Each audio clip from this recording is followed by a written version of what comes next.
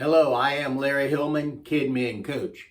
And right now I have a short lesson for you on recruiting. Just a few tips here to help you out.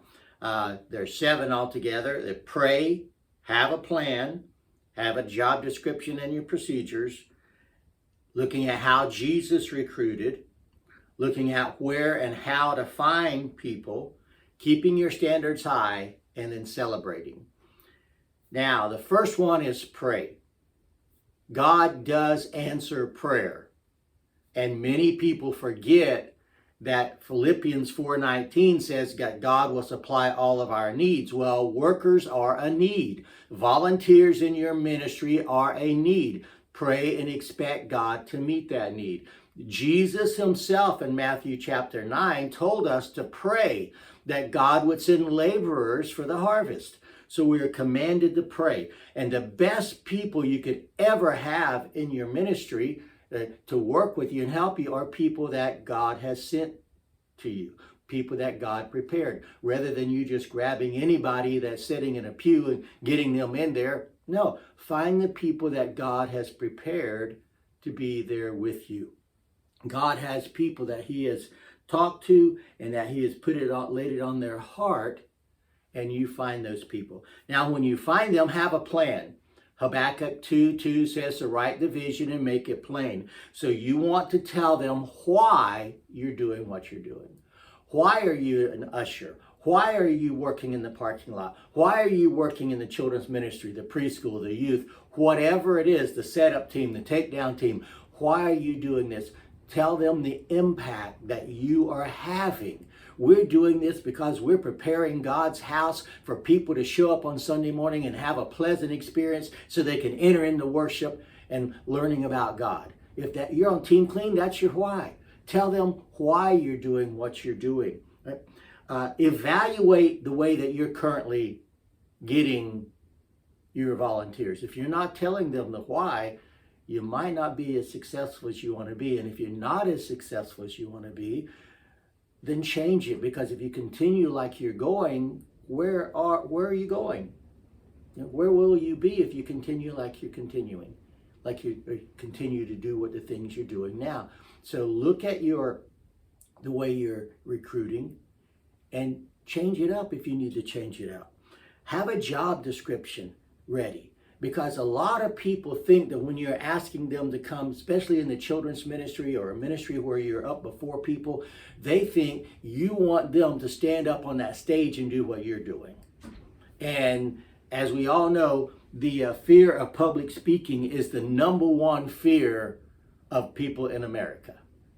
So they don't want to be up on that stage. So if you have a job description of all the jobs written down, you could go to them and say, look, I need people who can be greeters. I need people who can help people check in on the computer. I need people who can help set up the room ahead of time, take the room down after. I need people to help me pass out treats or whatever I'm going to pass out in the class. I need the people who can sit at a table and just help the children answer the questions on the worksheets they have. I need people that can go over and help with the video games. I need someone to be security to stand at the door to make sure the wrong people don't get in and our kids don't get out unless they're with the person they're supposed to be. I need people in the media that can put the right slide up on the screen and it can play the song when it's time to play the song. I need the people to sit among the children and just be, quote, crowd control. You don't have to stand up on the stage.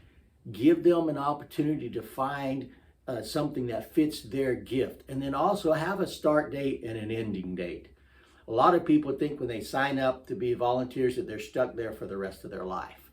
And they don't want to make that type of a commitment. So I ask people to sign up for 3 months, 1/4 of the year. At the end of that 3 months, if you wish to go on, then you can go. But if you want to stay, you can stay. And hopefully during the time that they're on my team, I do enough to encourage them that they'll want to stay on my team. And then let's look for a moment at how did Jesus recruit? In Matthew 4, Jesus walked up to Peter and Andrew and then to James and John, and he just said 2 words, follow me. In Matthew 9, he walks up to Matthew, the tax collector, and says 2 words, follow me. In John chapter 1, he goes up to Philip and says simply 2 words, follow me. You see, Jesus had prayed that his Father would lead him to the people who wanted to follow him. So when Jesus found that person, all he had to do was give them an opportunity to follow. Jesus didn't have to beg or plead or try to talk them into it. He was Spirit-led to people who already in their heart were seeking and looking for something, and he provided the opportunity for them to find it. Right? So when you go to ask somebody to be a part of your team, don't go there and tell them what the need is, and we don't have enough workers, and we might have to shut down one of the rooms, and I don't know what we're going to do if we don't need more people. That doesn't inspire someone to come and work in your ministry. You don't have to beg and plead. You go and you tell them that you're giving them the opportunity to minister to people and to fulfill their God-given destiny. I'm giving you an opportunity to work for the Heavenly Father, to reach out and to touch people, to bless people, to inspire people, to have people come to know Jesus as their Lord and Savior. I'm giving you an opportunity to do the things that God has placed in your heart to do. You have a purpose for being on this planet, and that purpose was to glorify God and to spread His word. And I'm giving you an opportunity to do that. Go there with that confident expectation, and don't be afraid to ask. For a long time, I was afraid to ask people, but then I realized, what's the worst they can do? Say no? And then you go on to the next person, right? If they do say no. But remember to ask, and don't start off again by apologizing and saying, I'm sorry, I know maybe this isn't the best ministry or the most celebrated ministry. No, you go in there confident, giving them a good reason for serving and being a part of your team. Now, when you get ready to find your volunteers, a couple things that don't work. Putting a flyer on the bulletin board saying you need help, that's not going to work. Putting it in the weekly newsletter, or posting it on the Facebook, or even having someone from the pulpit make a general announcement that you need help. Those things do not work. Now, what does work is personal invitation, one-on-one.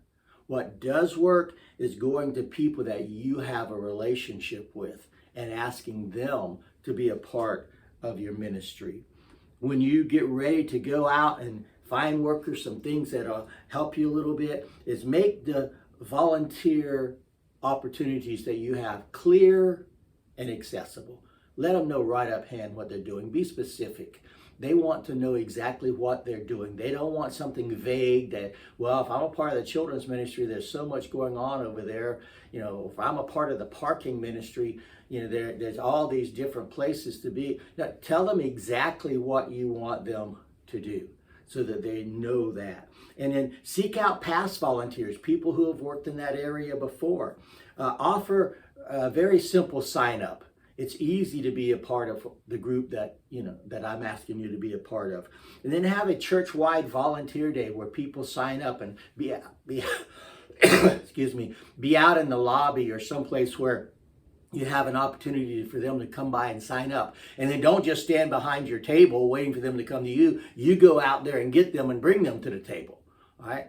But an opportunity for them to sign up. Have a volunteer page on your church website where you celebrate the victories and celebrate the testimonies and when lives were changed and people were blessed because of it. You can tell them, like the guy in the parking lot, this man over here, see him over there? He said that he stayed at our church. He wasn't sure if he was going to stay or not. He was a first-time guest. But when he pulled in, you greeted him while he was still in his car, told him where to park, were friendly, and shook his hand and told him you were glad to be here. And because you did that, he decided to stay. Share those testimonies with people. Feature it on your Facebook page, right? And then get your current volunteers to go ask their friends to be a part of the ministry. And then next, keep your standards high. That's the reason you have a job description. So they know exactly what they're supposed to be doing. When they don't meet that, you can go and ask them about it. One way that I do it is if someone misses a service or if someone is really late, I'll call them up, or I'll go to them and speak to them and say, hey, look, I know that you're committed to what we're doing here, and you missed last Sunday when you were supposed to serve. I'm just calling to see, is there something I can pray with you about? Is there something that happened, that I can help, anything I can do to help? They don't like getting that call, but I'm doing it in a positive manner, that I'm trying to help them. But it lets them know I'm checking up on them. If I don't check up on them when they're not there, they're going to think, well, it wasn't very important. Nobody even missed me. No, we miss you, and we want you to know you're valuable. So we're keeping our standards high. And then there is a place for just about everyone in your ministry. But that place isn't necessarily up on the stage leading people, right? You can't put people up there leading on the stage, or even in a small group, or a table group, or whatever you want to call it. You can't put people in leadership that aren't ready to be leaders. So keep your standards high. Remember, you're working for Jesus, right? And we'll find something for that person to do. But keep your standards high. And then celebrate your people. Celebrate their victories, celebrate what they're doing, find those success stories of how they bless someone, and then share it with everybody and tell them it's all because of Joe over here, because of what he and Sandra did, that these people are coming back and these people were blessed by it. Constantly be saying thank you for what they're doing and letting them know how important they are. Send them a card on their birthday or their anniversary. Take them out to eat once in a while, share time with them. Make serving in your area enjoyable. And hopefully these things will make them ready to re-up in 3 months and stay with your team.